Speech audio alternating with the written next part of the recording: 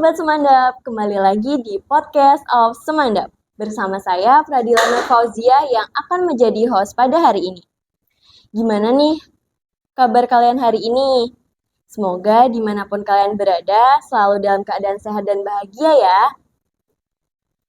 Hari ini kita kedatangan guest yang spesial banget nih guys, yaitu Bapak Diki Tri Setiawan, Sarjana Pendidikan. Gimana nih kabar dan perasaan Bapak hari ini?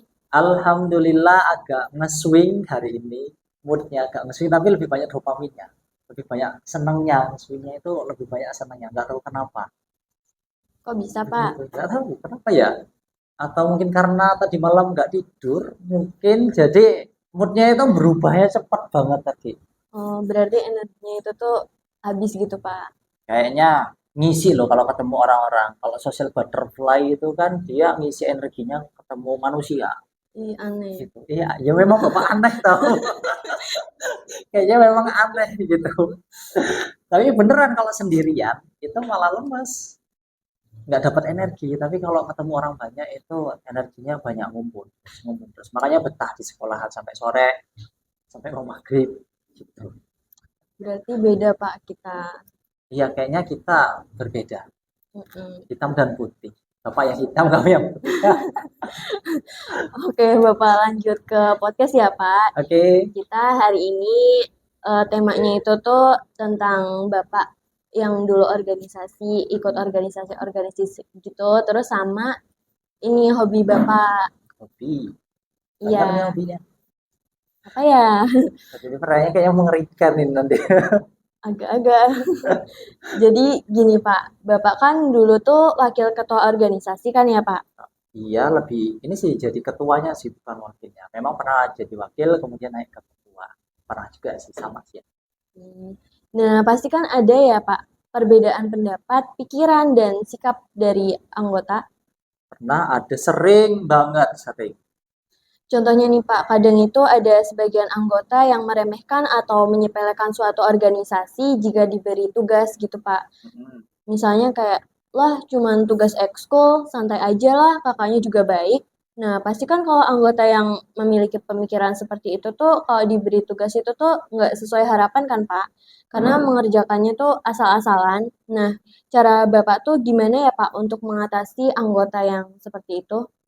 Untuk mengatasinya yang pertama pasti kita harus melakukan pendekatan. Karena dalam organisasi itu kita nggak bisa mau menuntut orang, menuntut manusia itu sesuai keinginan kita, kepengennya kita seperti apa, walaupun posisinya Bapak sebagai ketua. Dan itu jadi salah satu tantangan juga di organisasi untuk kita belajar. Bagaimana cara kita untuk memanajemen emosi kita, kemudian bagaimana cara memecahkan sebuah masalah yang biasa itu kalau anak-anak organisasi itu sebut problem solving. Ya, kayak gitu. Jadi dari situ nanti kita belajar gimana kalau misal nggak ada masalah kita nggak akan tahu bagaimana memecahkannya. Nah dari situ kayak tadi ada anggota yang tidak melakukan tanggung jawabnya, tidak menyelesaikan tugasnya, gimana caranya? Itu kan sebuah masalah ya. Jadi kita harus tahu gimana solusinya nih. Kayak perlu deketin dulu deh orangnya, deketin dulu. Kemudian obrolin sampai benar-benar dekat. Jadi tapi jangan berlebihan ya. Iya, Apalagi sampai berharap. Ya, aduh, nggak jangan. boleh. Karena kalau berharap sama manusia itu sakit. Ya, sakit. Ya pengalaman kayaknya loh. Aduh. Bapak, Bapak Oh, yang pengalaman. oh, pengalaman banget Bapak ya. yang pengalaman. Pernah berharap tapi ujungnya sakit. Sakit banget, waduh. Nggak sesuai ekspektasi gitu ya, Pak? Nggak sesuai banget. Ya masa-masa kayak kalian SMA masih senang-senangnya, masih ya gitu. Nah, terus balik lagi ke organisasi ya. Itu gimana caranya kita deketin kalau udah dekat, dia udah kenal, udah nyaman sama kita dan tahu kan kita kalau di organisasi sebagai ketua, jadi ketika ada tugas pasti dia akan sungkan untuk menolak dan tidak menyelesaikan karena melihat apa, oh udah dekat sama ini, kalau di kampus dulu dipanggilnya Kak Diki, udah dekat sama Kak Diki, udah dekat sama Kang Diki, kayaknya nggak enak kalau nggak diselesaikan, udah sering ngopi bareng, udah sering jajan bareng, makan bareng, ya udah pasti dari situ karena kedekatan emosional mau nggak mau dia menyelesaikan. Nah dari situlah kita belajar, oh ini nih solusinya seperti ini kalau ada anggota yang seperti itu gitu kalau di organisasi. Jadi gitu ya Pak. Nah, Terus kalau boleh tahu nih Pak, sebenarnya apa sih kendala atau tantangan terbesar selama Bapak berorganisasi sampai saat ini menurut pribadi Bapak sendiri? Lalu bagaimana cara mengatasinya Pak? problem terbesar dalam organisasi itu sebenarnya bukan datang dari luar, tapi malah dari dalam organisasi itu sendiri. Karena apa? Karena ketika dalam organisasi itu kan banyak pemikiran ya, warna-warni pemikiran, nggak cuma satu pemikiran. Nah, kita sebagai ketua di situ harus bisa menengahi antara pikiran yang A dan yang B seperti apa, kemudian disatukan dan menjadi solusi untuk mereka berdua dan mereka mau menerima dengan senang hati, dengan lapang dada, tidak ada keterpaksaan. Itu sih tantangan terbesarnya. Makanya kalau anak-anak organisasi, kemudian dia benar-benar di organisasi itu belajar, maka dia akan bisa yang pertama itu untuk manajemen waktu, manajemen emosi, kemudian bisa memecahkan masalah atau problem solving, dan pasti tahu tentang skala prioritas. Iya Bapak benar-benar. Jadi itu kita kalau ikut organisasi itu kita bisa mengatur semuanya lah Pak, belajar kayak ya kemampuan-kemampuan yang belum pernah kita coba gitu. Iya benar, karena dari keterpaksaan jadi kebiasaan. Nah, di organisasi gitu, apalagi organisasi dulu yang Bapak pimpin itu waktu jadi ketua itu benar-benar organisasi yang notabene itu ya kita sumber daya manusia dari situ nggak ada apa ya, nggak ada asupan dari luar atau donatur dari luar, itu benar-benar dari kita untuk belajar kita di situ. Gitu. Jadi kembali lagi ke diri kita. Hasilnya pun berbeda-beda, setiap anggota, setiap pengurus itu beda-beda, tergantung dia itu dalam organisasi mau seperti apa itu hasilnya. Terus nih ya Pak, menurut Bapak sendiri sebenarnya tuh benefit dari join organisasi itu apa sih Pak? Benefitnya banyak banget ya, terutama dari yang Bapak sebutin tadi, bisa manajemen waktu, Iya. manajemen emosi, problem solving, kemudian bisa menentukan skala prioritas. Karena notabene kan Bapak dulu masih mahasiswa ya. Nah, dari belajar di organisasi harus bisa manajemen waktu antara kuliah, kemudian dengan organisasi itu kita bagi waktu, kemudian emosi ini benar-benar harus dijaga.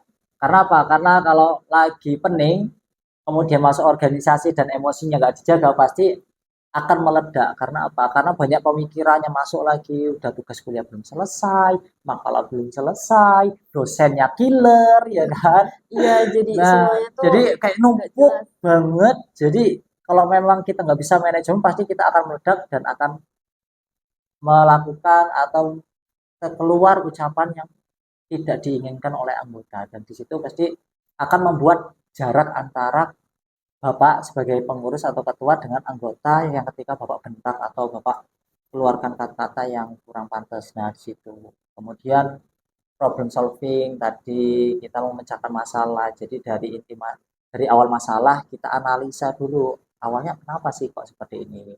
Naik lagi, kemudian ketemulah jalan tengah atau solusi. Dan yang terakhir itu kita bisa menentukan skala prioritas gitu. Jadi yang perlu awal selesai itu yang mana dulu nih? Jangan semuanya dipikirin tapi nanti nggak selesai gitu. Itu skala prioritas seperti itu. Jadi benefitnya kalau kita udah bisa, maka ketika kita keluar dari organisasi atau kalau di organisasi Bapak itu namanya demisioner, udah selesai pengurusannya, udah selesai, udah demisioner. Nah, benefitnya apa? Maka karakter yang Bapak bangun dalam organisasi itu akan terbawa ke dunia nyata Bapak, baik di keluarga, baik di masyarakat, baik di lingkungan kerja, bahkan di dalam kelas ketika Bapak ngajar kalian gitu. Gitu ya Pak. Oh iya Pak, dengar-dengar Bapak sekarang jadi pembina Ekskul Paskibraka ya Iya. Pak. Waduh, kok gitu ya? Nah, Masih bener. sebenarnya gimana sih reaksi dan tanggapan Bapak ketika diberi amanah tersebut dan ketika orang-orang nanya, loh, Pak Diki jadi pembina Ekskul Paskib? Ya, Karena kan seperti yang kita ketahui ya, Bapak kan guru agama Islam nih ya Pak. bener. Nah, terus tiba-tiba jadi pembina Paskib yang itu tuh ekskul yang lapangan gitu Pak. Heeh. Jadi kesannya kayak out of the box gitu Pak. Gimana bener tuh? sih, bener banget, out of the box banget. Dan yang lebih Bapak kagetkan itu karena Bapak nggak pernah ikut paskib sama sekali. Nggak pernah ikut paskib di sekolah, di SMK enggak, di SMP enggak, jadi pembina paskib. Nah, tapi gimana? Kaget nggak? Ya nggak kaget sih. Cuma kaget awalnya doang lihat SK kok pembina paskibra. Ini beneran tak? Nggak salah tak jadi pembina paskibra tak? Tapi sebenarnya kalau di dalam organisasi suatu kumpulan itu dinamikanya itu sama aja, semuanya itu sama, nggak ada bedanya. Jadi bagaimana kita yang tadi itu untuk memanajemen semuanya, problem solvingnya gimana. Kalau memang kalian udah matang di salah satu organisasi matang, kemudian kalian keluar purna atau demisioner, terus kalian dicemplungkan lagi ke organisasi lain, maka dinamikanya akan sama, nggak akan berubah. Untuk pergerakannya hanya tujuan dari suatu organisasi itu yang berbeda-beda, tapi untuk memanajemennya itu sama semua. Jadi nggak kaget sih karena Bapak udah tahu Pas Kibra di dalamnya, Bapak cari tahu juga di dalamnya seperti apa. Kemudian ya wis, setelah itu tinggal membina anak-anaknya. Syukur bisa dibina, jangan sampai dibinasakan. Iya, tapi ya Pak, Bapak ini kan, Bapak nggak kaget ya, tapi jujur aku kaget Pak. Kenapa? Ya, kaget. Kagetnya kenapa? Ya, Oh, karena jadi dari guru agama nih, sosok guru agama jadi pembina ekskul Paskibra iya, yang dalam tanda kutip nggak ada agamanya sama sekali gitu, ya kan? Itu ekskul bener. lapangan banget kan? Iya, Ya itulah. Kalau kita sudah berorganisasi, tahu ilmu organisasi, kita tetap bakal bisa membawa perahu, atau kendaraan. Kalau kita udah bisa nyetir, ya. Kalau Bapak ibaratkan kita udah pernah belajar mengendarai motor, ya. Nih, awal motor yang Bapak pakai itu motor Beat, ya kan? Kemudian Bapak pindah, Bapak dikasih motor ini Mio. Karena Bapak udah bisa mengendarai, Bapak bisa nggak mengendarai motor Mio itu? bisa. Bisa, karena Karena sama. sama. Hanya berbeda mereknya aja. Iya, Kira-kira benar. seperti itu berorganisasi kalau kita udah bisa. Gitu. Gitu ya Pak. Terus ya Pak, kalau boleh tahu nih Pak, gimana cara Bapak menghadapi tantangan tersebut? Atau boleh kali Pak share tips supaya punya skill problem solving yang baik? Untuk problem solving yang baik itu yang pertama ketika ada masalah, kita jangan langsung menjudge salah satu di antara kalau misalnya ada dua orang atau suatu masalah, jangan langsung menjudge, tapi kita cari tahu dulu akar permasalahannya seperti apa. Kok bisa terjadi masalah seperti ini itu kenapa? Tanyakan kenapa. Kemudian cari tahu lagi. Oh, ternyata awalnya seperti ini. Setelah tahu, oh kita gali lebih dalam lagi. Ini sumbernya dari mana? Nah, dari situ kalau kita sudah tahu step by stepnya, maka kita untuk problem solving, untuk menengahi suatu masalah itu akan lebih mudah. Itu untuk tips problem solvingnya. Jadi kita cari tahu akar masalahnya terlebih dahulu. Jangan dikasih masalah langsung, wah gimana ini, pening, mumet, nggak tahu. Kayak udahlah, nggak mau organisasi lah, mumet, mending belajar, belajar, belajar, belajar. Ya justru di organisasi ini tempat belajar yang menurut Bapak itu luar biasa. Nggak cuma intelektualnya yang diasah, tapi emosional kita juga dari dalam diri itu kena asahnya juga. Tapi tuh kan ya Pak suka refleks gitu Pak kayak aduh ini apa lagi ini apa lagi Ya terus manusiawi sih ya, terus manusiawi ya kayak gitu ya. tiba-tiba Oh, ya gini gimana ini penting banget. Bapak juga pernah di masa kayak gitu, Pak. Di kampus banyak tugas, banyak proyek, banyak dosennya killer juga. Di organisasi ini ada masalah. Wah, nomor jadi satu gimana ini? Bapak cuma diem dulu, diem, diem aja bengong dulu. Pokoknya kalau laki-laki itu dia bengong dulu pokoknya, banyak oh gitu. bengong. Pokoknya diem dulu sambil pelan-pelan mikirin, mikirin, mikirin kenapa. Dari situ kita tentukan skala prioritas. Mana dulu nih yang harus selesai ini. Deadline-nya mana dulu nih yang bakal lebih dekat nih. Gitu. Jadi dari situ kayaknya kalau ngerjain pekerjaan kampus ini selesai duluan bisa nyusul ke organisasi. Jadi kerjain dulu. Kalau misal organisasi ini udah mepet banget nih, urgent banget nih. Selesaiin itu dulu, baru tugas kampus kira-kira keburu nggak gitu. Jadi gitu ada ya. perhitungannya, namanya itu skala prioritas di situ. Eee, Lalu sebagai pembina paskibraka nih ya Pak, Hmm. bagaimana cara Bapak dapat memastikan bahwa siswa itu tetap menjaga keseimbangan antara latihan fisik, akademik, dan spiritual? Spiritualnya, oh, jadi sebagai pembina kan itu tugasnya membina ya. Ya, Iya, jadi benar. pasti Bapak tanya ke anak-anaknya, terus Bapak kasih saran, kasih arahan, bagaimana cara melatih kamu gimana.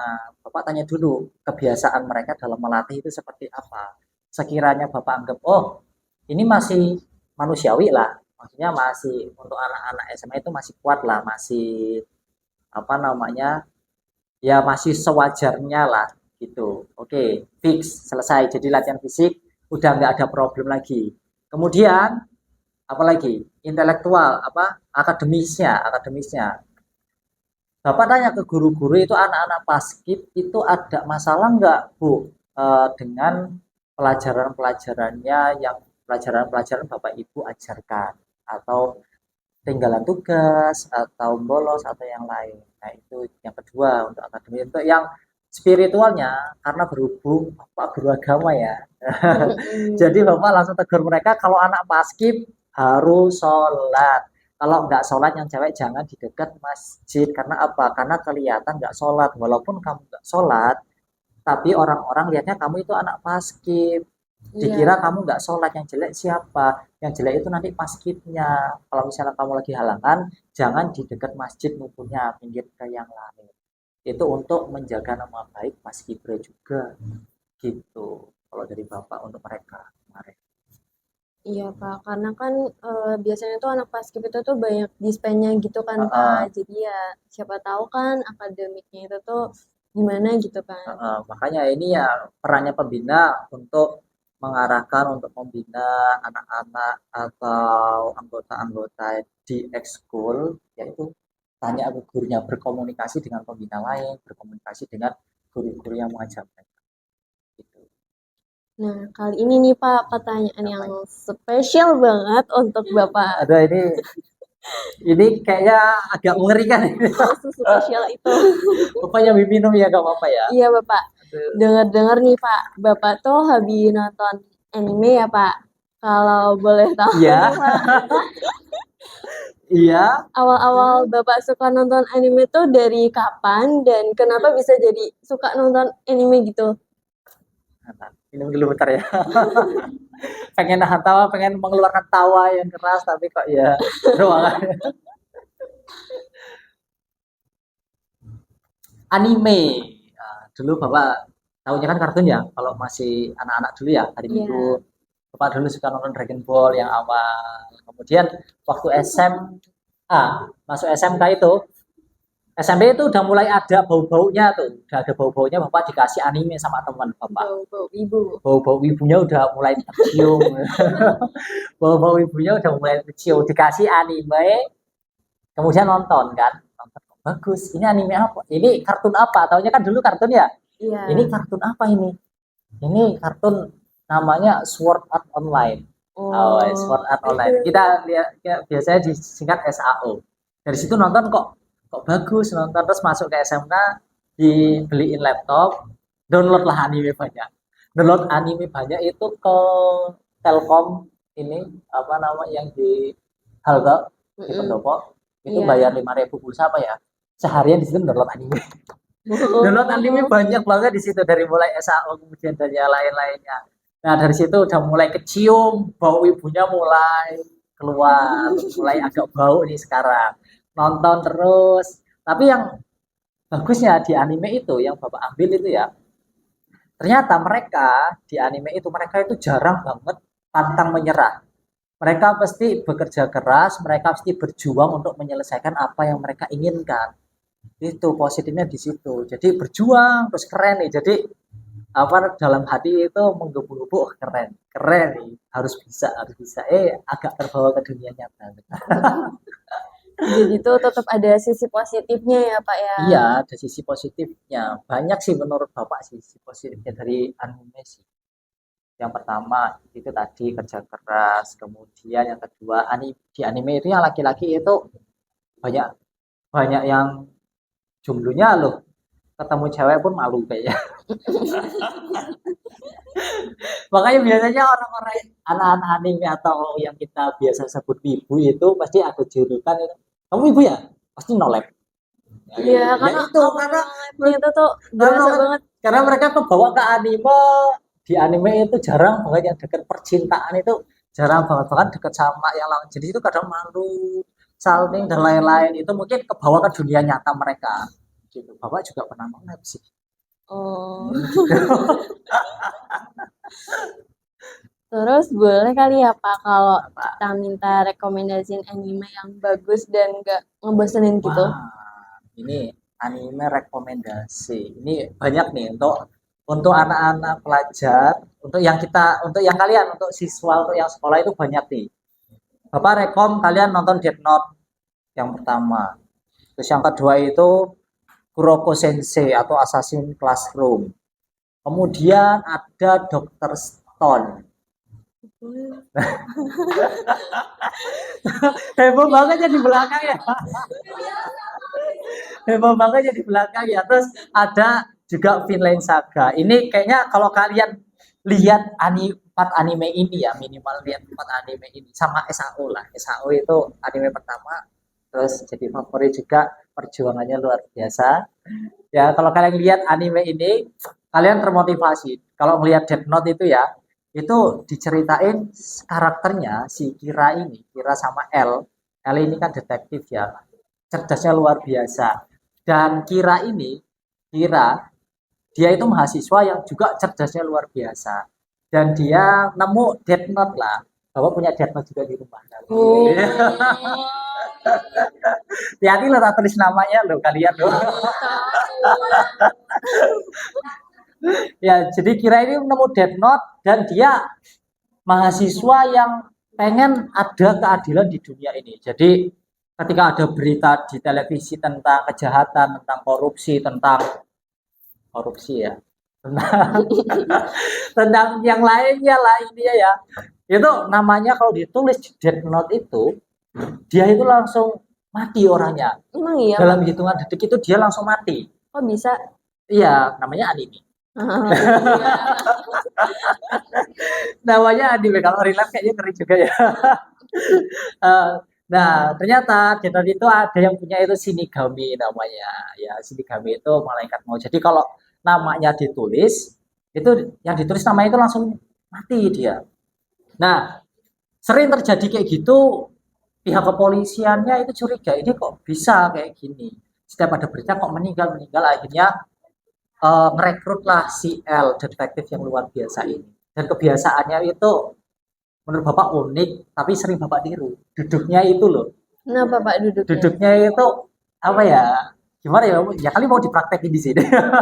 Emang Pokoknya gimana? duduknya itu ya nengkreng loh, tahu nggak? Oh, Kakinya di atas meja sih, di atas kursi loh, oh kayak iya. jongkok di atas kursi gitu.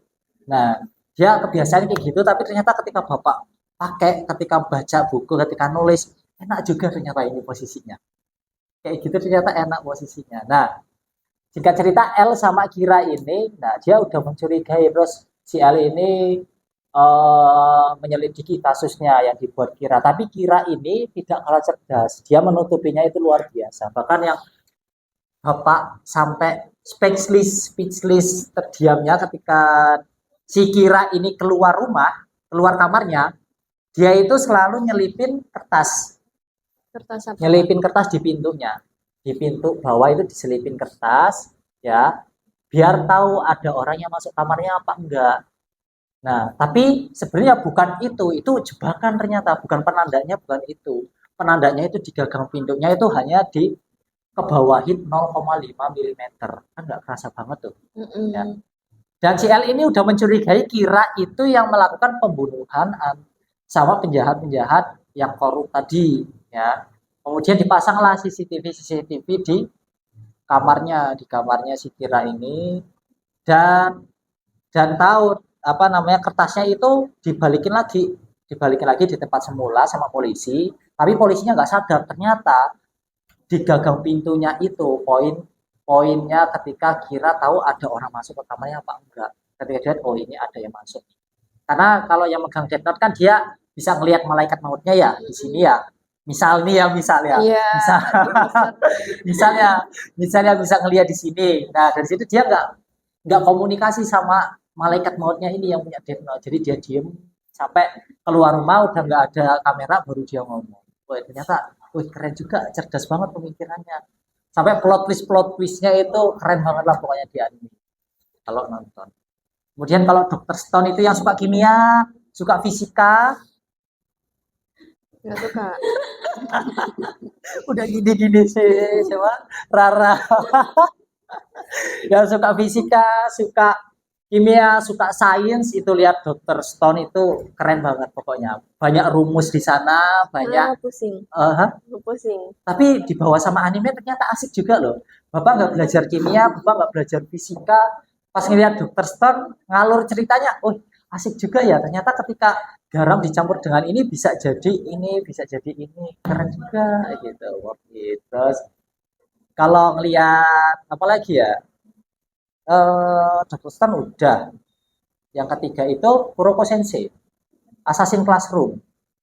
Assassin Classroom itu jadi ada seorang manusia, kemudian dia jadi agak alien. Yang kuning itu kalau kalian tahu kuning kayak gurita tapi kuning. Oh, kayak ini nggak sih? Apa sih? Nggak tahu lah, nggak jadi. Pikachu. Pikachu. Ya kuningnya kayak Pikachu tapi dia itu gurita. Nah, di Assassin Classroom ini gurunya itu nantangin muridnya, coba kamu belajar dengan saya sambil membunuh saya. Coba bunuh saya. Tapi si Kurokoki Sensei ini dia punya kecepatan 200 tahun cahaya. Sekali gerak itu 200 tahun cahaya loh. Wow. Ya cepat banget lah pokoknya lah. 1 detik itu bisa bolak-balik bumi ke bulan berapa kali lah. Mau juga. Ya.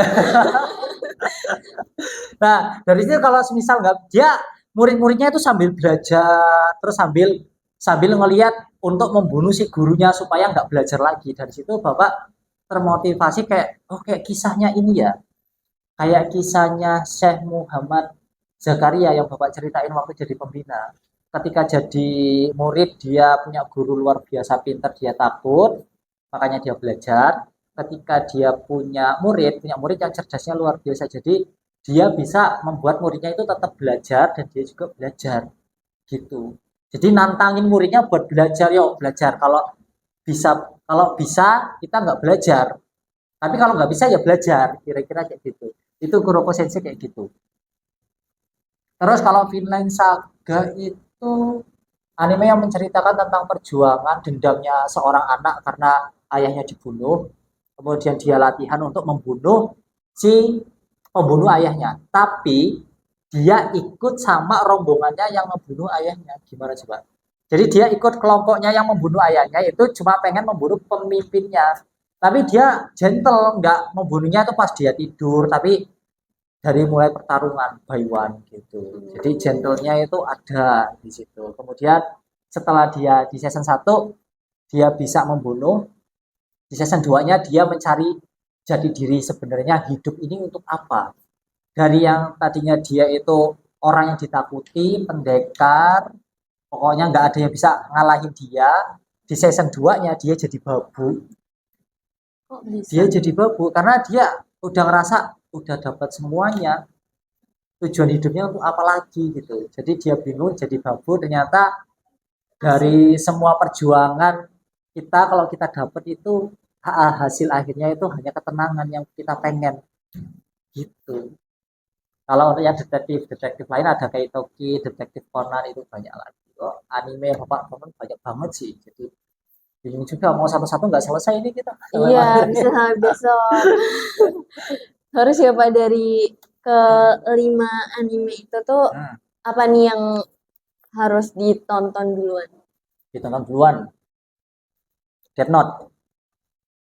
Death Note, kemudian Kuroko Sensei bisa, sama Dr. Stone boleh.